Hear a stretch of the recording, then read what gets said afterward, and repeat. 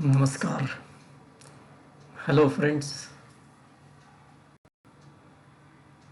We are talking about my insights into the Geeta, some selected verses. Today we are taking up chapter 6, starting with verses 1 and 2.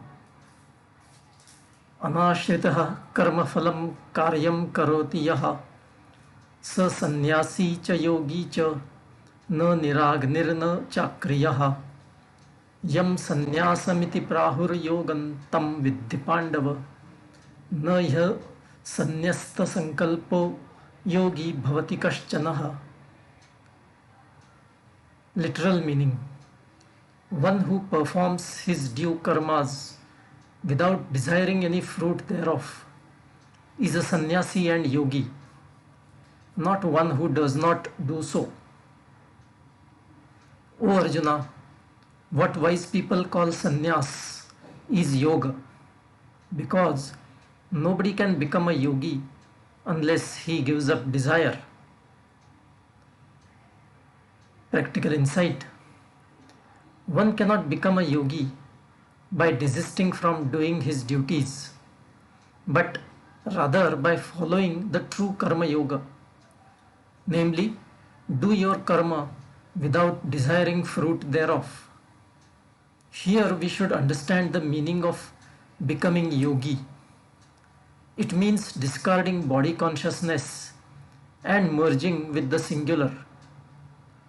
It means the seeker has to work towards discarding worldly desires, because only then he can discard body consciousness. How can anyone discard body consciousness so long as one has desires pertaining to his bodily existence in the world?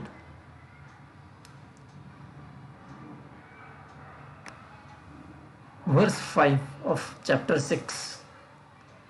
Uddharedatmanatmanam नात्मानम वसादयेत आत्मैव ह्यात्मनो बंधुरात्मैव रिपुरात्मनः. Literal meaning: one should get oneself redeemed by means of one's soul. One should not let one's soul degenerate, because soul is the soul's brother and its enemy too.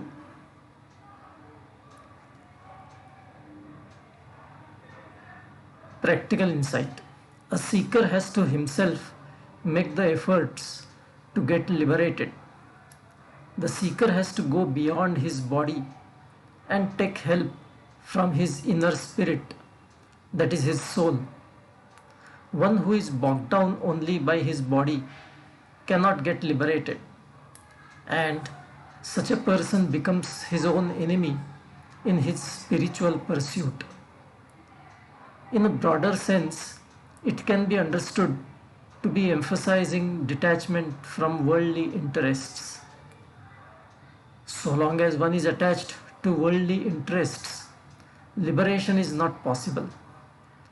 A seeker needs to make efforts to gradually reduce his worldly interests, which can eventually result in liberation.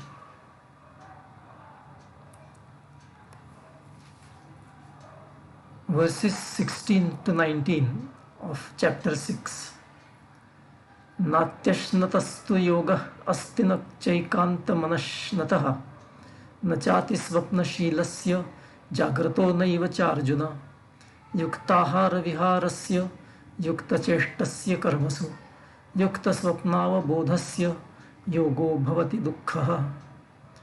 यदा विनियतं चित्तमात्मन्येवावतिष्ठते निःस्पृहः सर्वकामेभ्यो युक्त इत्युच्यते तदा.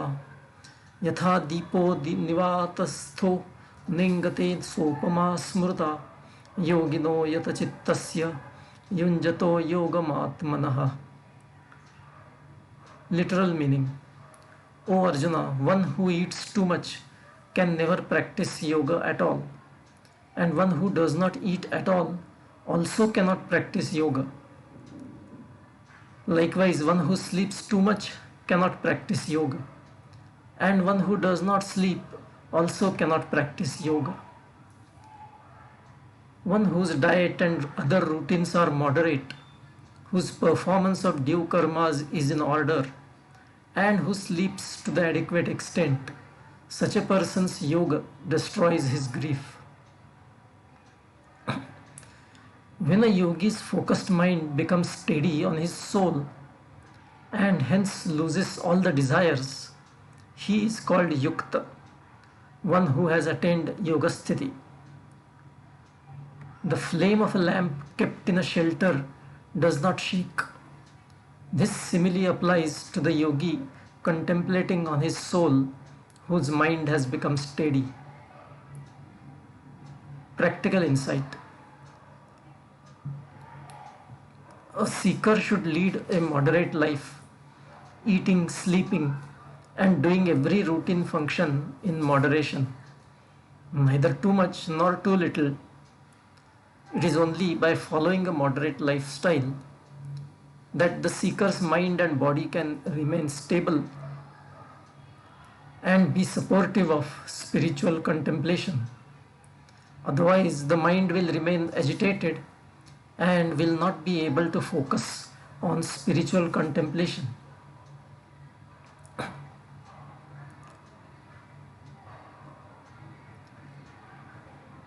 Verses 20 to 23.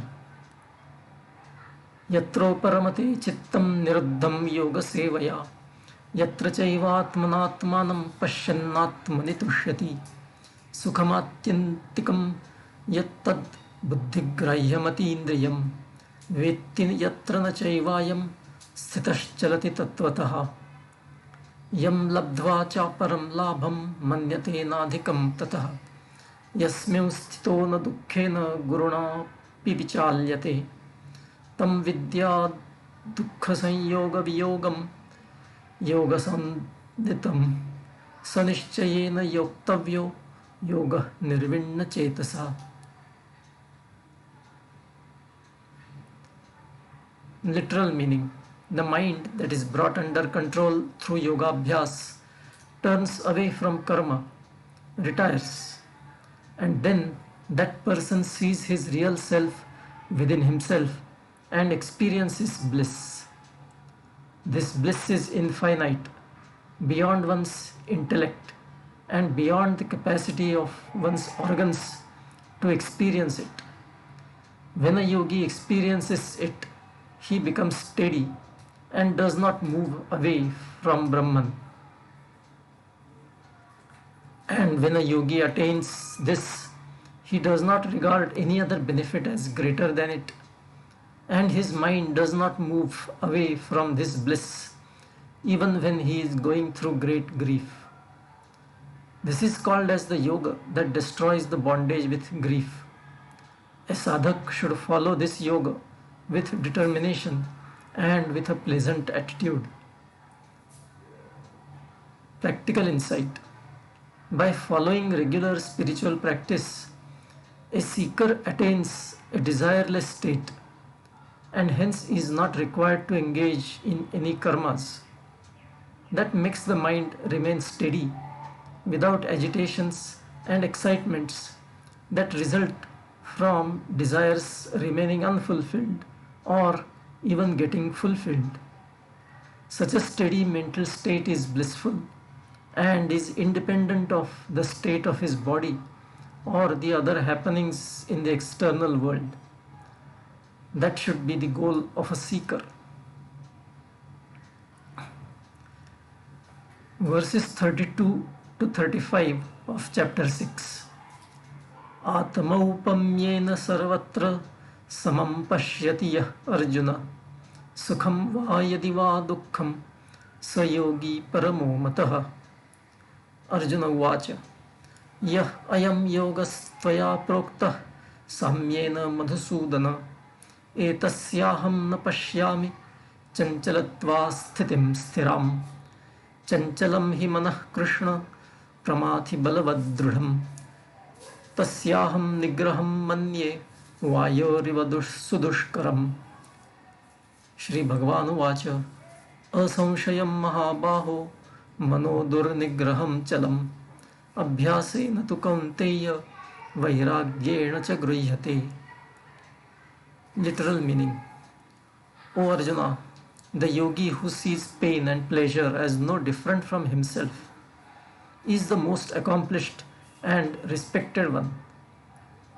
Arjun said, O Bhagwan, I don't think I can manage to perform this yoga of equanimity because of the unsteadiness of mind. O Krishna, mind is very fickle. It does not let any determination achieve its objective. It is very powerful and indestructible.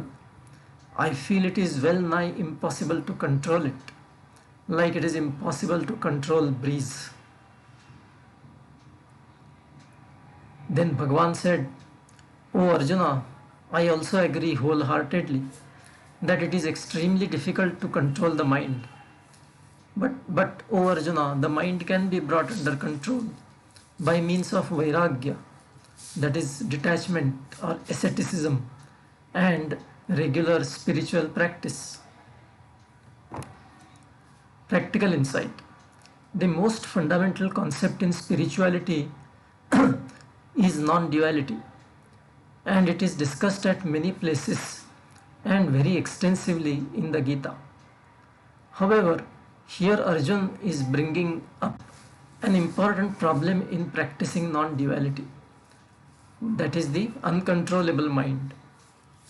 The response of Shri Krishna is wonderful.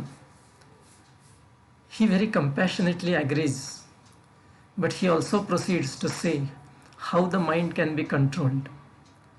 The key to it is vairagya and practice, together with patience.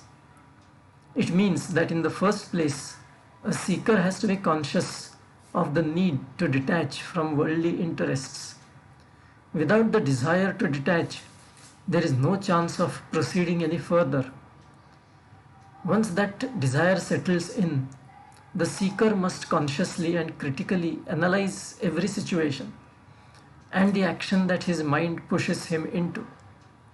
He needs to contemplate all the time and choose the course of action that will help him reduce his worldly interests rather than mechanically acting to fulfill each and every worldly interest.